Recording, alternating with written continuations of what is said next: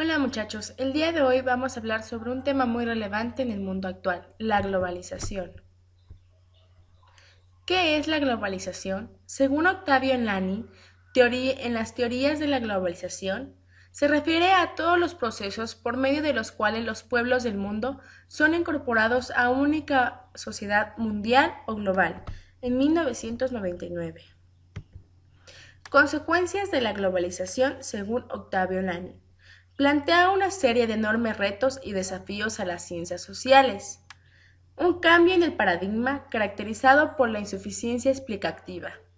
Y por último, reconocimiento de la diversidad. Origen de la globalización. A pesar de que no existe una fecha o lugar determinado donde surgió, sabemos que fue a partir de la posguerra, es decir, la Segunda Guerra Mundial.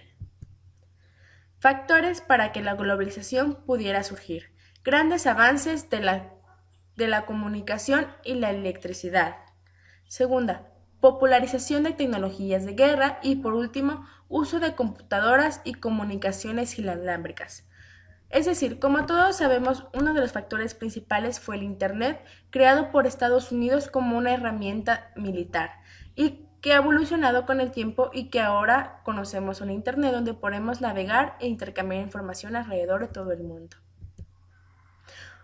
Otro factor, o más bien consecuencia, fue el intercambio de consumo de bienes y servicios, este en el aspecto económico, pero la globalización abarca más allá. Se extiende a los aspectos políticos, sociales y culturales de las naciones. Antecedentes de la globalización. La primera, la desaparición del bloque socialista y paradigmática. La segunda, la caída del muro de Berlín. Y por último, la Guerra Fría. Todos estos sucesos fueron factores para que la globalización tuviera un gran avance, ya que se derrumbó una discriminación social que existía y permitió el avance de la tecnología. Hay que diferenciar entre internacionalización y globalización. La internacionalización únicamente abarca aspectos económicos, mientras que la globalización hace referencia a todos los aspectos a los que nos rodean. Características estructurales de la globalización. La primera, unificación del mercado internacional, es decir, podemos intercambiar bienes y servicios con cualquier país siempre y cuando nuestro gobierno esté de acuerdo.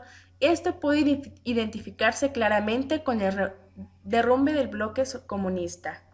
La segunda, debilitamiento de la soberanía de los estados, pérdida del control de los procesos económicos que tienen lugar en territorio nacional. Es decir, el Estado pasa a tomar un segundo lugar. La tercera, generación de nuevas reglas que condicionan los gobiernos nacionales en el contexto global. Es decir, el gobierno debe mantener una seguridad o una línea entre su nación y otras naciones. De esta se derivan la liberación del comercio exterior, la segunda, reducción y mejoramiento de eficacia de la administración pública, la tercera, reducción de la participación gubernamental en aspectos de carácter social, la tercera, fortalecimiento de la iniciativa privada como motor de las economías nacionales, y la tercera, desregularización y flexibilidad en las redes laborales. Características funcionales de la globalización. Se refiere a los cambios en las formas de producción y consumos. Estas se dividen en cinco. La primera, conformación de bloques regionales.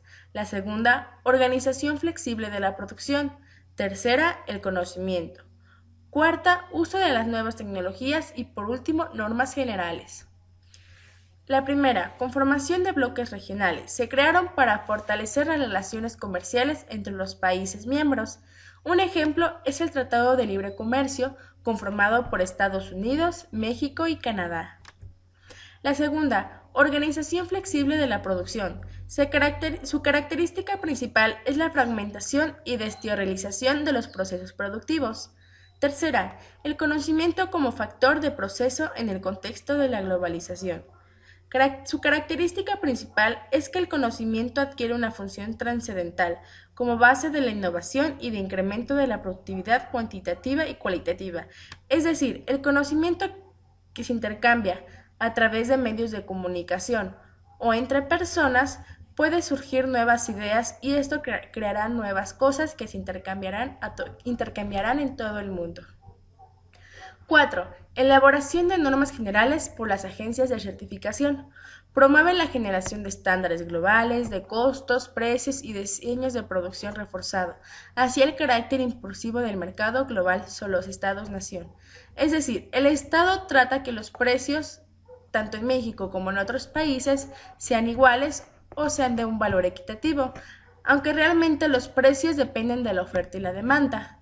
Quinta, uso de nuevas tecnologías para incrementar la producción, la ampliación y diversificación de las nuevas tecnologías y el aumento de la calidad y cantidad de las mercancías, generando la incrementación de su competitividad.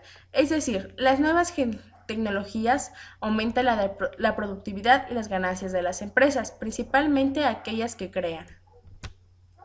Impactos de la globalización. Primero, agudización de los desequilibrios sociales, es decir, no todas las personas están de acuerdo con las cosas que ocurren en otros países y esto puede causar un descontento en la población.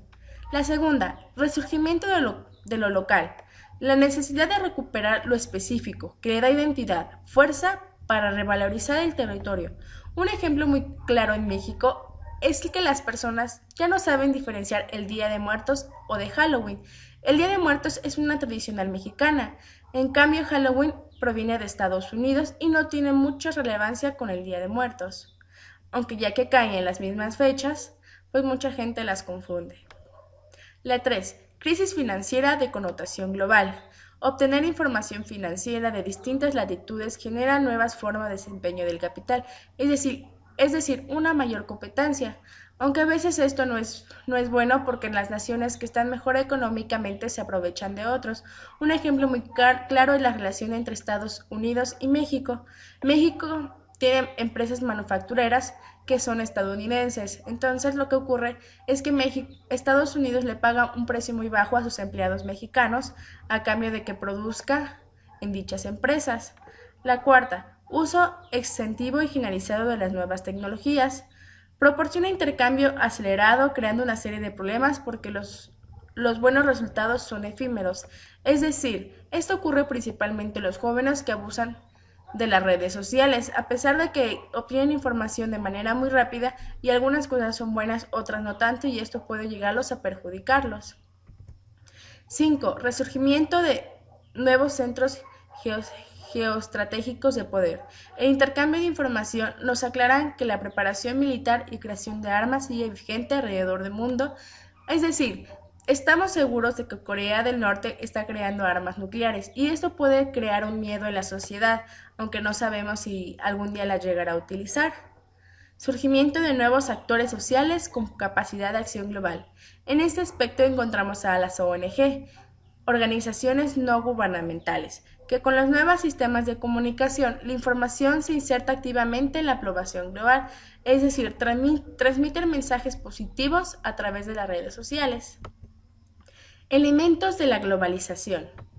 El primero es el mercado. El mercado es cualquier conjunto de mecanismos mediante los cuales los compradores y vendedores de un bien entran en contacto para comercializado, es decir, el intercambio de bienes y servicios. La tercera, la tecnología. Proporciona los elementos necesarios para la interacción global, es decir, la tecnología es el principal factor para que las personas de todo el mundo puedan comunicarse. La segunda, los estados-nación.